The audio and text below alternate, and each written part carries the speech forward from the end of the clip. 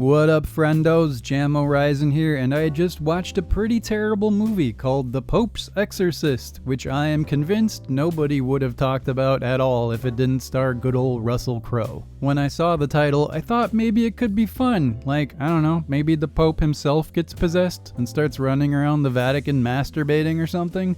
But it's basically just another in an endless line of Exorcist ripoffs, where a kid lies in bed and spouts inane curse words. To wit, let us talk about the plot. The story is that an American lady and her young son and teenage daughter move into a big old castle in Spain, which apparently she inherited from her dead husband. But oh no, her little squirt gets possessed, and it's up to Russell Crowe to save the day with the help of another priest. And the first half of the movie is pretty ruthlessly boring. The plot and characterization are not gripping at all, the cinematography isn't very captivating, and pretty much all the dialogue is generic, typical exorcism movie stuff. The kid talks in a lower register about how he's like the king of demons or whatever, and details the sexual acts that he's gonna subject you to, and there's really spooky original imagery like the crosses in the house turning upside down. Wow. So scary.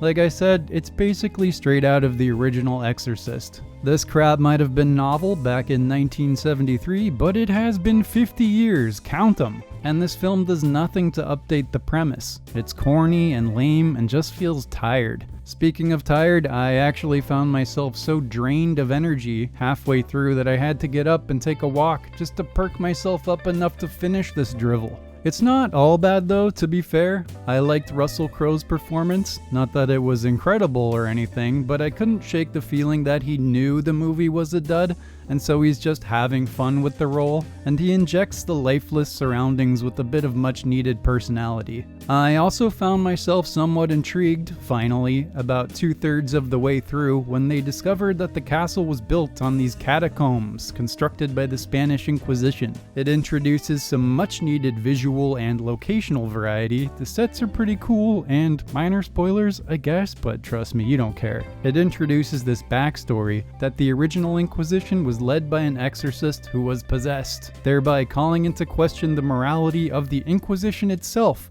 and how the church covered the whole thing up. The movie doesn't do anything with this necessarily, but it was moderately interesting for a couple of minutes.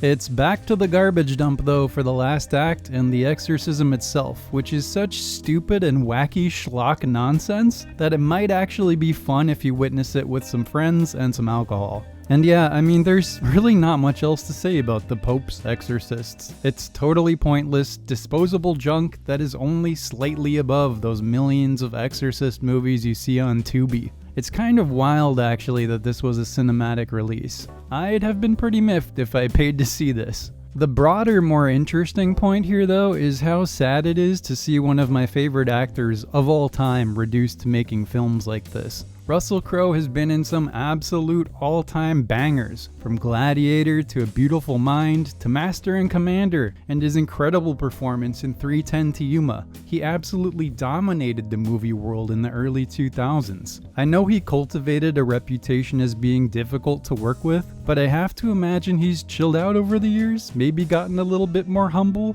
but even if not, this is just a sad state of affairs, and I have to imagine that an actor of his caliber has a lot more to give than starring in The Pope's Exorcist. So while he was the best element of the movie, it just kinda left me feeling a little sad. And that's all. Like I said, you might get some laughs out of it with good company and strong spirits, but man, don't watch it by yourself, that's for sure.